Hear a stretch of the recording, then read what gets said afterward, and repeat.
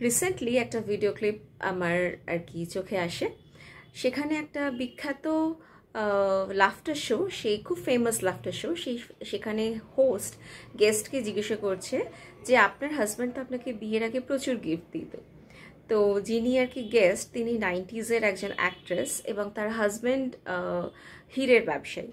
তো তিনি হাসতে হাসতে বলছেন যে হ্যাঁ, বিয়ের আগে আমাকে প্রচুর গিফট দিত, কিন্তু বিয়ের পরে সেই গিফটের পরিমাণটা এখন অনেক কমে গেছে।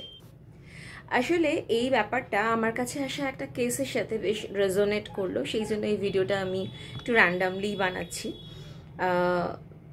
যে কোনো রিলেশনশিপে যখন আর কি পার্টনার্সরা থাকে, তখন দুজনেই, কি ছেলে কি মেয়ে, দুজনেই প্রচুর গিফটস দেয়। আর এক্ষেত্রে বলি যে ছেলেরা কিন্তু গিফটস অনেক বেশি দেয় মেয়েদের তুলনায়। মেয়েদেরকে আর কি ইমপ্রেস করার জন্য এই গিফটসগুলো মেনলি দেয়। যদি কোনো রিলেশনশিপে কোনো ছেলে গিফট না দেয়, দিতে না চায়, তাহলে জানবেন যে আপনি মেবি হিজ সেকেন্ড চয়েস।